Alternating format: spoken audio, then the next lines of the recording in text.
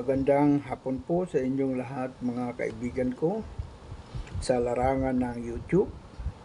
Tayo po ay narito muli upang tumugtog ng isang awitin na ating napili para sa ating madla. Ang awiting ito ay ang mashed potato. Ito ay awiting Pilipino. Ay ating isahimpapawid sa pamagitan ng ating swan harmonica K of C 10 holes. Pakinggan po natin.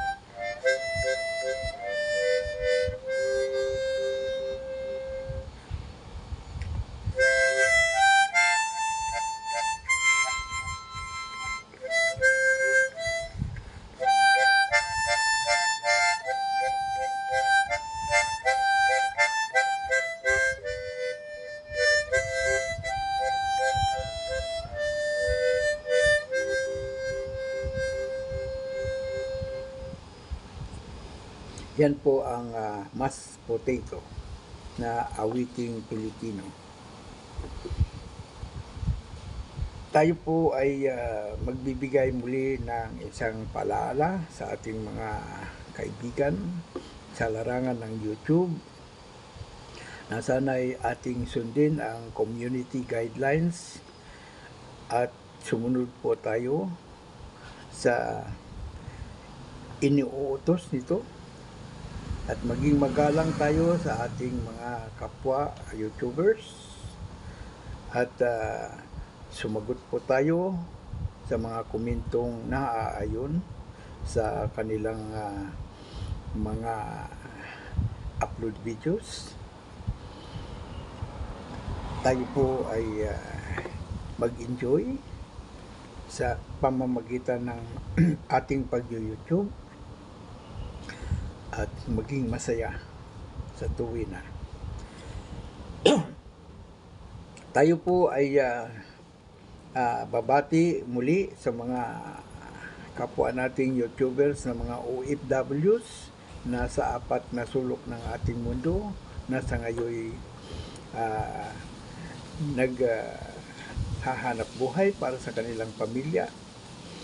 At tayo naman ay tumutugtog ng isang tugtugin na mga awitin upang maaliw po natin ang ating kapwa na nasa malayong lugar, na kahit man ay hindi nila kapiling ang kanilang pamilya ay masaya sila sapagkat mayroong silang nakakawilihan na pampalipas ng panahon, na hindi sila boring sa kanilang sarili at sipagin sila sa paghahanap buhay alang-alang sa kanilang pamilya dito sa Pilipinas. Kaya kayong mga kaibigan kong OFWs na matamang sumusubaybay sa aking mga videos ay akin kayong binabati at labis na pinapasalamatan sa inyong pagtangkilik ng aking mga tugtugin. Ako po ay magsasabi sa inyo ng buong katapatan na kapag kayo po ay napagawi sa aking upload videos at inyong pinanood at nag-iwan kayo ng bakas, yun po ay aking pinapanood ng mula umpisa hanggang sa matapos. At kung mayroon mang ads na aking nasusumpungan, yun po ay hindi ko pinalalampas sapagkat hangad kong makatulong sa inyo. Ngayon, ang aking pong ibig sabihin in general na tayo po ay magiging honest, tapat tayo sa ating mga kaibigan. Pag sinabi nating full watts, kailangan full watts po. At yun po'y regalo natin sa ating kapwa. Kung hindi natin kayang mag-full watts, at kayo naman ay pinull watts, palagi ko naman kung sa inyo naman gagawin yun, hindi naman yun siguro magugustuhan.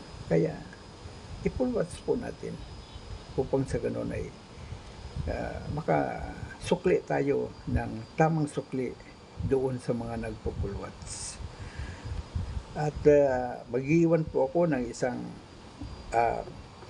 kahilingan na kung maaari kahit na kaunting sandali ay makapag-upol tayo ng isang panalangin sa ating mundo, lalo na yung mga bansa na nasa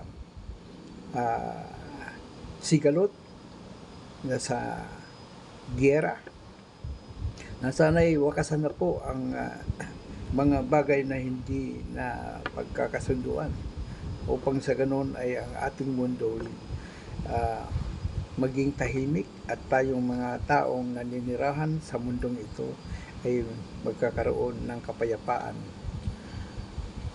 Yun lang po ang sa akin, ay sana'y mag-anghel dila po tayo sa ating mga panalangin na sana'y mawala na ang gulo sa ating mundo. Maraming salamat at magandang hapon po sa inyong lahat. Ingat po kayo mga kababayan ko na naghahanap buhay sa ibayong dagat at maging ang naririto sa ating bayan. Ingat din po kayo sa inyong paghahanap buhay at maging yung mga dayuhan na ka-YouTubers ko ay ingat din po sila. Always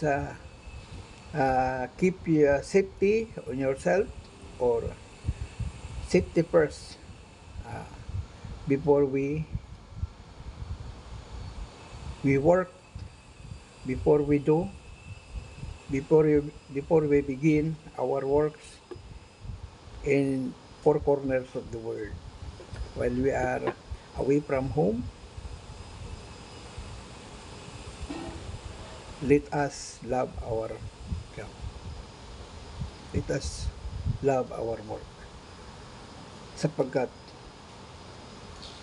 iyan po ang means of livelihood natin. Diyan po tayo kumukuha ng para sa ating pamilya.